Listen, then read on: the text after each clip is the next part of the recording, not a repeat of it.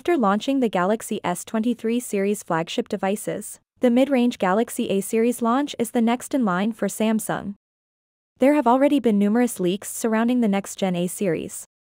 The Galaxy A34 5G comes bearing model number SM A346E/DSN. The National Broadcasting and Telecommunications Commission (NBTC) listing for the Samsung Galaxy A34 5G only shows the model number of the device and does not provide any information about its specifications. However, the device has previously been seen on the Geekbench database. The Geekbench listing has confirmed that the Galaxy A34 5G will come with the MediaTek Dimensity 1080 processor, supported by 5 GB of RAM. In some regions, the device could come with the Exynos 1380 chipset. There will be a 6.6-inch notched AMOLED display on board with FHD+ resolution and a 90 Hz refresh rate.